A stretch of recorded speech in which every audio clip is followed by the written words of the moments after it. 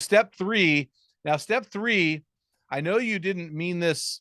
I don't think you meant this as a spiritual thing, but this is massively spiritual. And I think that this is really important from a spiritual perspective and a physical perspective to understand that you're going to bridge a gap now. So you're going right into the pain, baby.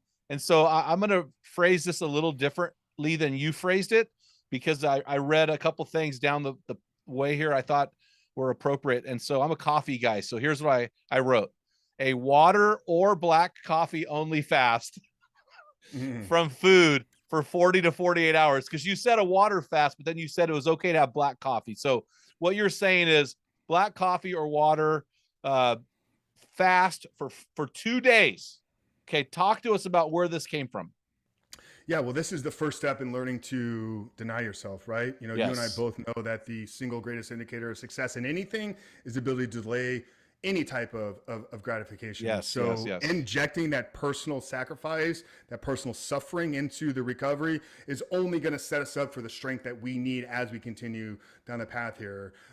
Now it's injected at this point for three reasons, and there is the spiritual component. So this is gonna get us to the fourth step, but the next one is when we want to create a vision for our life Uh-huh. without pornography. So we do that at the end of the fast, and why we fast because we want God brought into that union with us as we're casting the vision Yeah. for our next life, right? You know, how many times are we called throughout the Bible to fast, seek the presence of the Lord Mm-hmm. in prayer and fasting? So I think for us, through that fasting, there's that spiritual growth that we get where we bring God into our life now. We're going to now cast this next vision, which is going to be the fourth step that we're going to get to here. So that's one part why we talked about the ability to delay gratification, right? So anybody that's ever done a 24-hour or a 48-hour fast knows that like you get hungry usually towards the end of day one, sometimes at the beginning of day two. Not ravishly hungry, really like want to chew your arm off, but there is some discomfort.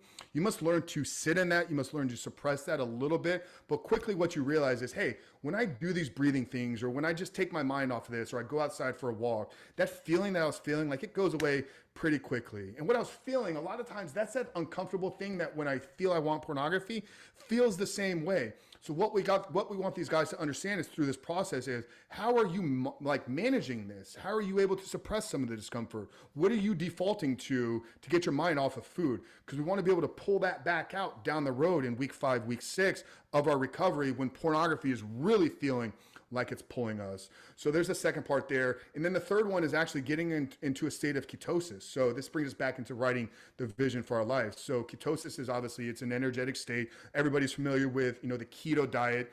All this means is your body is now utilizing fat or ketones for energy versus stored carbs or sugar. Now our body prefers to operate in a state of like glycolytic burn, right? So this is carbohydrates. This is like the muscle pump that you get when you go into the gym. That's all that Yeah. stored sugar. Your brain, though, on the other hand, because your brain is made of fat, prefers to be in a state of ketosis. So as we sit down to write this vision for our life, I want us in this clear mental frame. I want us in a clear place mentally through the state of ketosis to help us cast this vision just more clear on where we want to go. So yeah, that's why the fasting is specifically there at that point within those 7 steps.